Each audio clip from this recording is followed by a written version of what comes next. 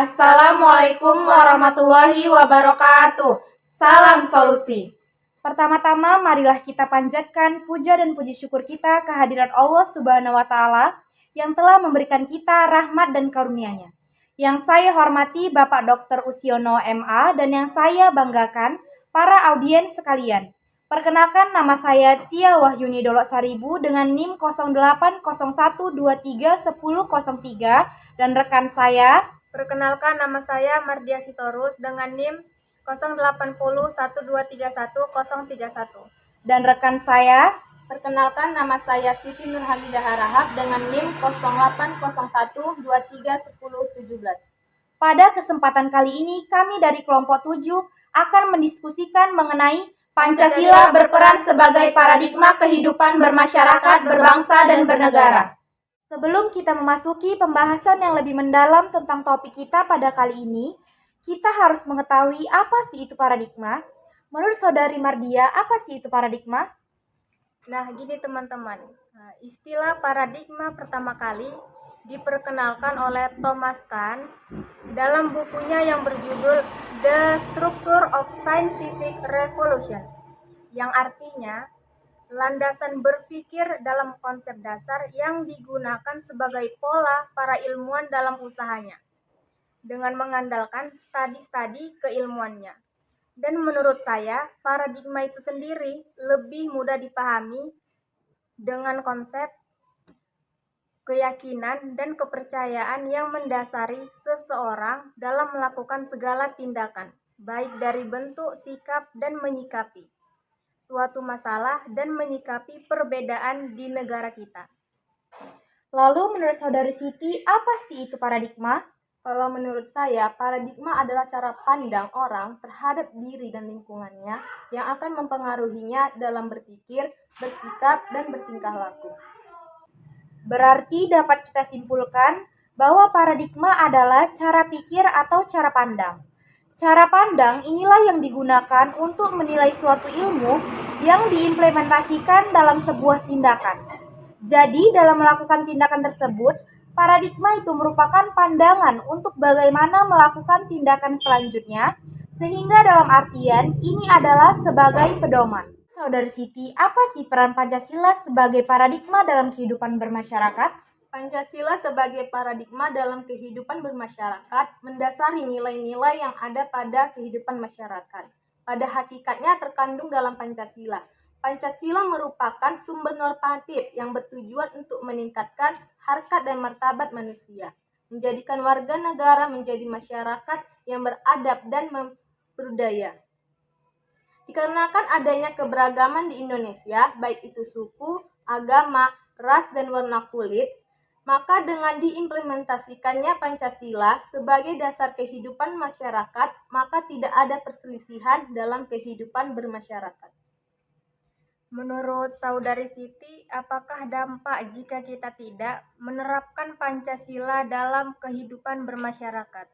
Dampaknya, jika tidak diterapkan sila Pancasila dalam kehidupan masyarakat, kondisi masyarakat akan dipenuhi konflik dan hidupnya tidak rukun.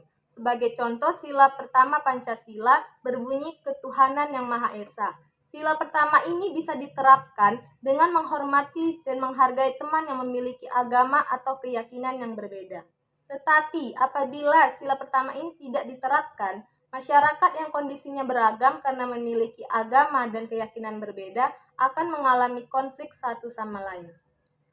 Lalu, apa saja penerapan nilai Pancasila dalam kehidupan bermasyarakat?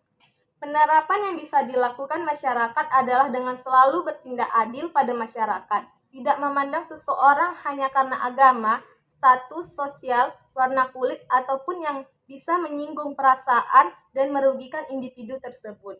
Sikap moral yang dapat dilakukan oleh masyarakat adalah dengan selalu menegakkan keadilan terhadap sesama, baik itu secara material dan saling menghormati satu sama lain.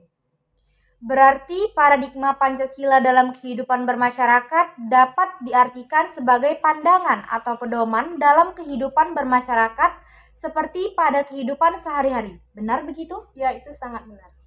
Selanjutnya, menurut Saudari Mardia, apa peran Pancasila sebagai paradigma dalam kehidupan berbangsa? Nah, paradigma Pancasila dalam kehidupan berbangsa, kita jabarkan nih, bangsa dengan berbangsa. Itu berbeda arti, tetapi satu makna. Bangsa adalah kelompok masyarakat yang memiliki kesamaan asal keturunan, adat, bahasa, dan memiliki pemerintahan sendiri. Sedangkan berbangsa lebih ke mempunyai landasan etika, bermoral, dan berakhlak mulia dalam mewujudkan makna sosial dan etika. Lalu pada sila keberapa Pancasila sebagai paradigma dalam kehidupan berbangsa diterapkan? Pada sila ketiga yang berbunyi Persatuan Indonesia, contoh dari sila ketiga yang pertama menjunjung persatuan baik dengan semua unsur bangsa. Yang kedua, mengutamakan kepentingan bangsa di atas kepentingan pribadi atau golongan. Pada sila keempat yang berbunyi kerakyatan yang dipimpin oleh hikmat kebijaksanaan dalam permusyawaratan perwakilan. Contoh dari sila keempat yang pertama, mengutamakan musyawarah dalam pengambilan keputusan. Yang kedua, menerima setiap saran dan kritik yang masuk dalam forum musyawarah. Lalu apakah penting di Indonesia memakai konsep paradigma berbangsa? Nah, itu sangat penting karena paradigma itu sendiri berpatok pada pola berpikir untuk membangun bangsa dengan memfatokkan nilai-nilai Pancasila di dalamnya. Jadi, di masyarakat berbangsa akan terhindar dari pemecahan atau peperangan di setiap aspek perbedaan. Berarti di Indonesia Pancasila merupakan pedoman dalam berbangsa dan peran Pancasila di sini adalah menyatukan pandangan dalam bersikap, beretika, dan bertindak untuk menjadi masyarakat dalam satu kesatuan yang disebut berbangsa. Nah, iya itu sangat betul. Selanjutnya, menurut Saudari Tia, apa peran Pancasila sebagai paradigma dalam kehidupan bernegara? Pancasila sebagai paradigma kehidupan bernegara berarti Pancasila menjadi sudut pandang serta acuan dalam kehidupan bernegara di Indonesia. Pancasila sebagai paradigma dibagi menjadi beberapa bagian. Salah satunya adalah Pancasila sebagai paradigma dalam pembangunan nasional. Pancasila bisa dikatakan sebagai paradigma karena Pancasila dijadikan landasan, kerangka berpikir, metode, serta tujuan yang ingin dicapai dalam setiap program dalam melakukan pembangunan nasional. Pada hakikatnya, Pancasila sebagai paradigma pembangunan nasional mengandung arti bahwa segala aspek pembangunan mencerminkan nilai-nilai Pancasila. Sila pertama contohnya adalah saling menghormati dan bekerja sama dengan pemeluk agama-agama lain. Sila kedua contohnya mengakui persamaan derajat hak asasi setiap manusia tanpa membedakan suku, ras, agama, warna kulit, dan lain-lain. Sila ketiga contohnya menempatkan kesatuan serta kepentingan bersama di atas kepentingan pribadi. Yang keempat, sila keempat contohnya musyawarah untuk mencapai mufakat, diliputi oleh semangat kekeluargaan.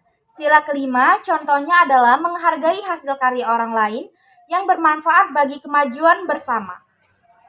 Jadi menurut Saudari Tia, apa sih dampak dijadikan paradigma Pancasila dalam kehidupan bernegara tidak diterapkan?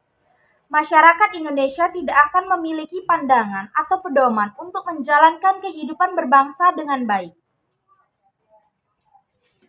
Nah, jadi kesimpulan dari penjelasan Saudari Tia tadi, berarti Pancasila dijadikan paradigma dalam kehidupan bernegara karena Pancasila merupakan landasan, acuan kerangka berpikir, metode, serta tujuan yang ingin dicapai dalam setiap program dalam pembangunan nasional. Ya, benar.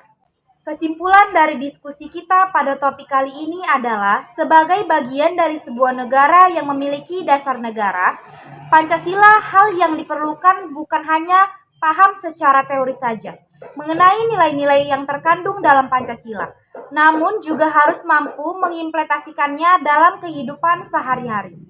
Jadi implementasi nilai-nilai Pancasila dalam kehidupan bermasyarakat, berbangsa, dan bernegara diupayakan agar tidak mengakibatkan perpecahan yang merugikan setiap orang, bahkan dapat merugikan negara Indonesia. Pancasila sebagai ideologi bangsa, terdapat nilai-nilai yang bisa diaktualisasikan dalam kehidupan sekitar. Tanpa nilai-nilai Pancasila, masyarakat Indonesia tidak akan memiliki pandangan atau pedoman untuk menjalankan kehidupan berbangsa dan bernegara di dalam negara yang memiliki budaya beragam. Sekian diskusi kami pada kali ini, lebih dan kurang kami mohon maaf. Wassalamualaikum warahmatullahi wabarakatuh. Salam solusi.